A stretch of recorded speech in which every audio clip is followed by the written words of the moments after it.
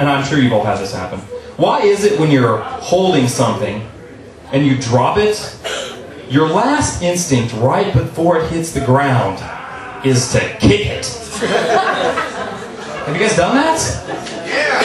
What is that? And I hate it. Because when I'm out with my girlfriend and people ask her where she got that nasty bruise, it's awkward. You know? But she's really cool, she's really nice about it. She'll be like, somebody else was carrying her and dropped her and kicked her. I just shook the ground, you know? And I don't know what I was thinking. Honestly, I don't know. I was almost to the bed and I just thought, hey, that'll get her there. You know? And it really sucks because we have friends that have babies and they'll come up and they're like, you know, she doesn't say it, but it's what you don't say. Because they'll be like, oh, you want to hold the baby? And she's like, I'll hold the baby.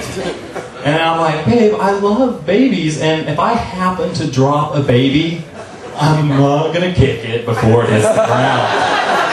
I'll just let it fall. The way it should be. Seriously. You know, you kick your girlfriend once in the ribs, she takes all the fun out of life, you know?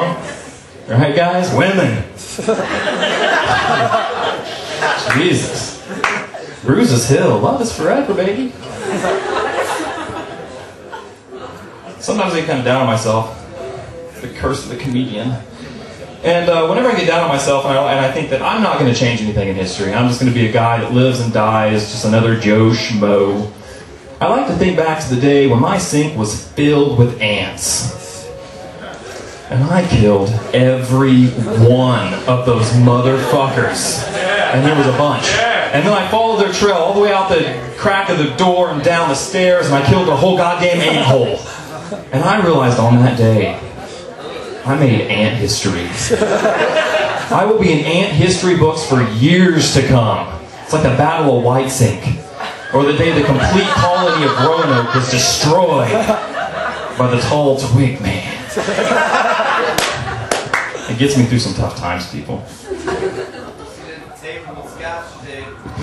That's a good idea. That's torturous. We got a torturer in the back. Sprayed him with Windex.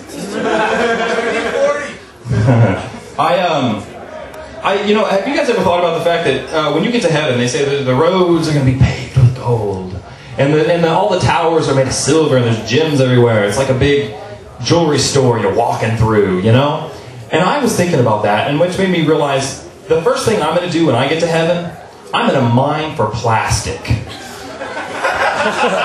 And I'm going to sell the shit. I will be the only guy in heaven with a monopoly on spider rings and those little frogs that you flip their ass and they jump. But you have to play skee ball to get them. See you in heaven. This is a true story. No one believes it, but it is. I had a friend that decided that he had a bunch of stuff in his kitchen that he wanted to get rid of, but he didn't know what to do with it. So he put it out by the dumpster, and he put a note on it, on an orange Post-it note, and it said, he said, please take, you know, leaving it for the homeless people. And he came out the next day, and there was another Post-it note on top of his Post-it note that said, this is serious, it said, to whom it may concern, we can't use this stuff. Please give us lasagna, bread, etc. Or otherwise, we're going to get a different dumpster. I'm serious. And it shocked him, and it shocked me too, but for a totally different reason. Because, first of all, what the hell are homeless people doing walking around with Post-it notes? What are they putting, like, notes on cars that are double parking over their bed? I mean, what is it? And second of all, you know, I have a job, and I have a life, and I have an education, I'm doing pretty well, and I have never once spelled lasagna correctly. Homeless dude nailed it. It's like he got fired from Italian Garden, and was just, or Olive Garden, was just like, well, this will come in handy. You know? I mean, it's a tough word to spell. I mean, spell lasagna.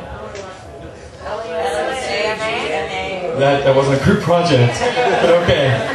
That's actually right, and that's because you have a home. That's how you can tell. You guys ruined that joke, by the way. I had to buy boxers the other day, and I got there, and I was glad to see they had a clearance table, and they had all these boxers that were on sale. And I'm not that cheap, but seriously, you know, it was on sale. But the problem with them was that they were the boxers that you're supposed to buy. A girlfriend is supposed to buy for their boyfriend. You know what I'm talking about, with the little hearts, and it says like contents under pressure, or nice package, like right across here, you know?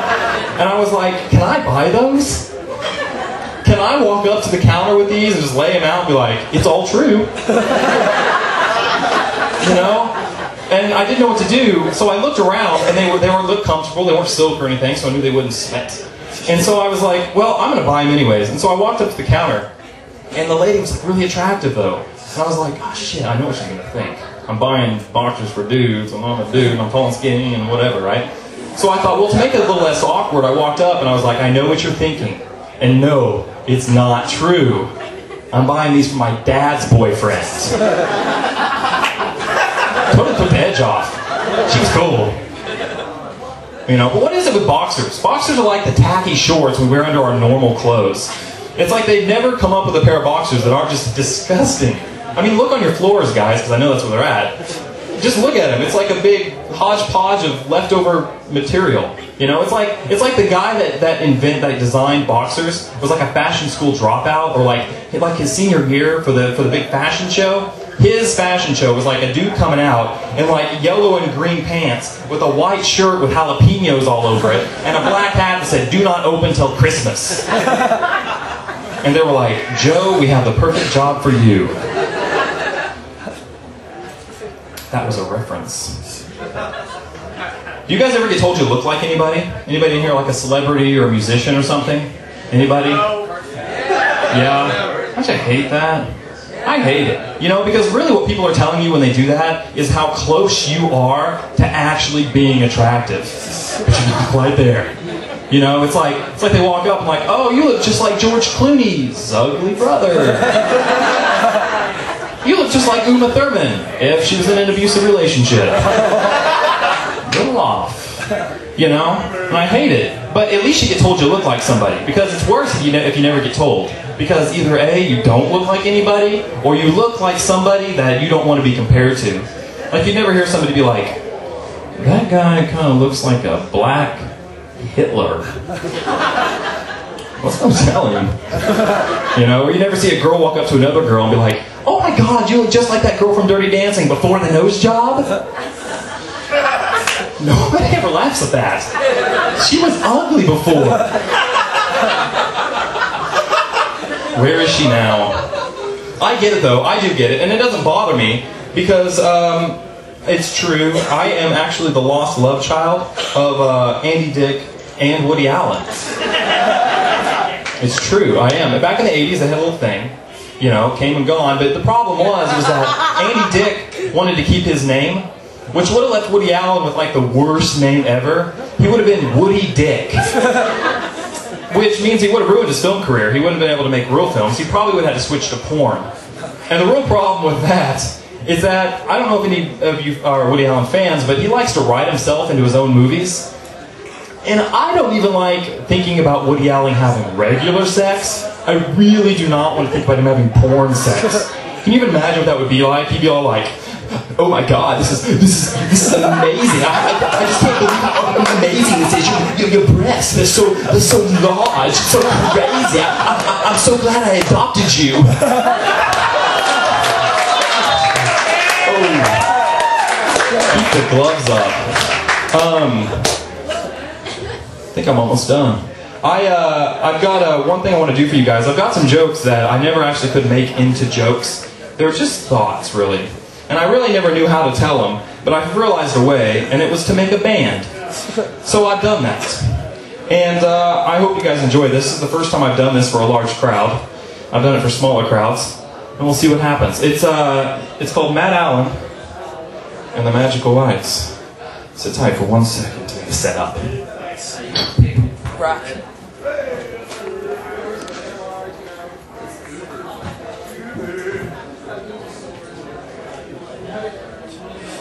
Nice hat.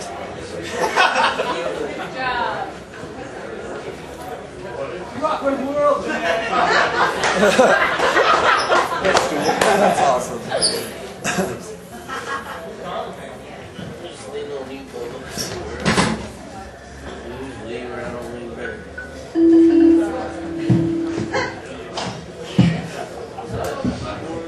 This is a very small Casio. It's embarrassingly small. I have no issues with size. I'm confident. Fuck.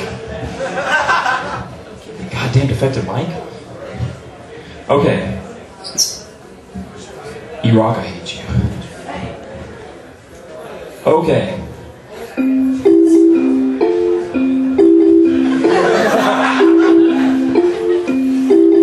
That's gonna be annoying. Thanks, Bryce. I'll give you a ride home now. This is Matt Allen Magical Lights. Hope you enjoy it. I think the real definition of irony is walking into a bookstore and looking for a Where's Waldo book and not being able to find it. So fuck you, Lance Morissette.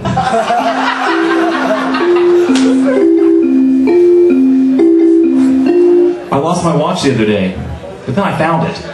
I want to say I found it fast, but I have no idea how so.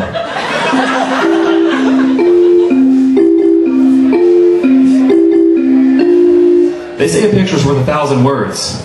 If that's true, next time you have a paper due, just put as many pictures as necessary. But make sure they have something to do with the paper, otherwise you just look lazy.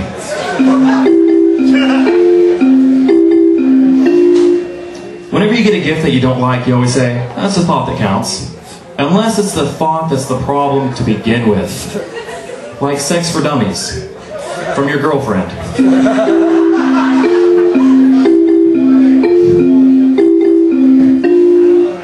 Of all the things you could be allergic to, I bet Kleenex would take the longest to figure out.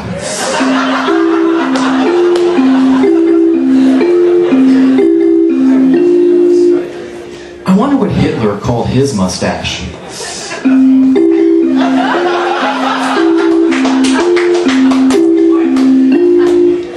I wish Y could be my favorite vowel all the time.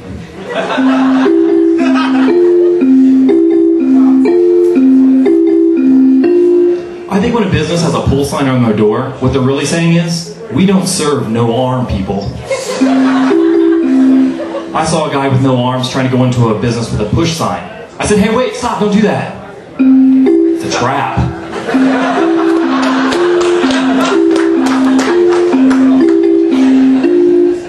What is it about a wet paint sign that just screams, touch me gently?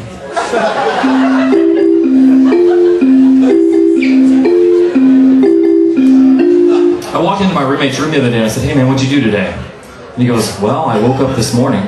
At which point I walked out. Do not patronize me with the obvious.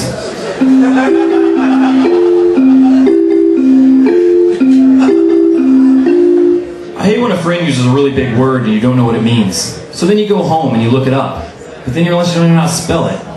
To make you realize you need new friends.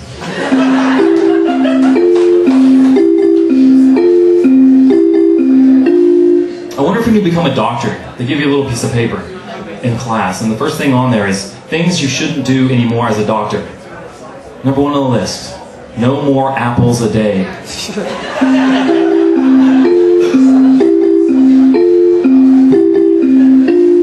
I work in a bookstore, and the other day a lady came up to me and she goes, hey, I'm looking for a mystery suspense novel, but nothing too thick, because I'm a slow reader. Which got me thinking, if you're a slow reader, isn't every book a suspense? And if you can't read, wouldn't every book be a mystery?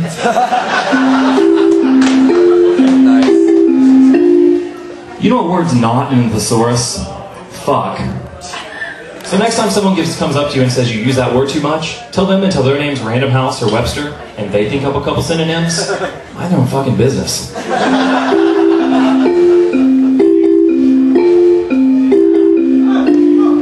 Somewhere out there's a very photogenic Amish man. But I guess we'll never know.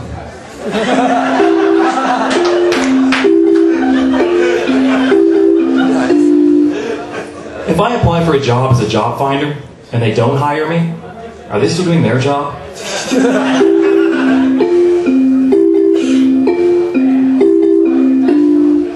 want to change my name to Rich, because apparently that's who all the girls want to marry.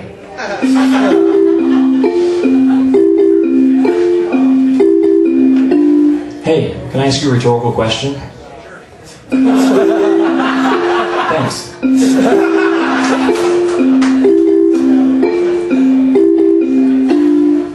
Everybody looks forward to sex after work, unless you're a prostitute.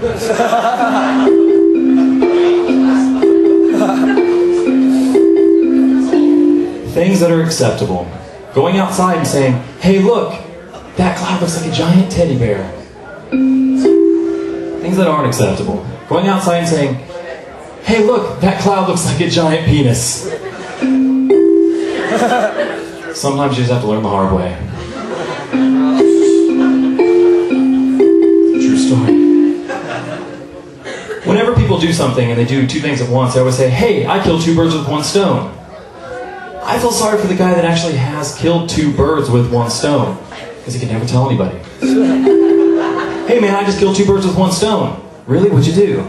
I just killed two birds with one stone. I know, you said that. What'd you do? Never mind.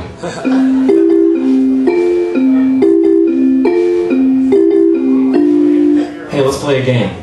Name this silent film movie quote. You give up? It was Charlie Chaplin.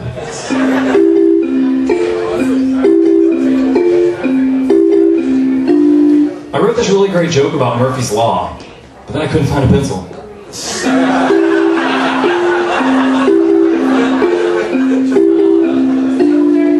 If you go into a bachelor's house and they have a towel rack and a doorknob, they are people that like options.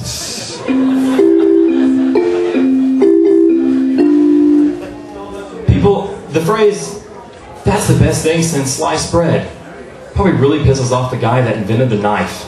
I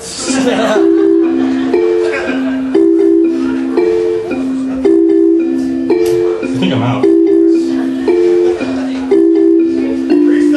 How about you want me solo? Yeah. Here it comes. Put on your rocking pants. It's gonna be the most childish fucking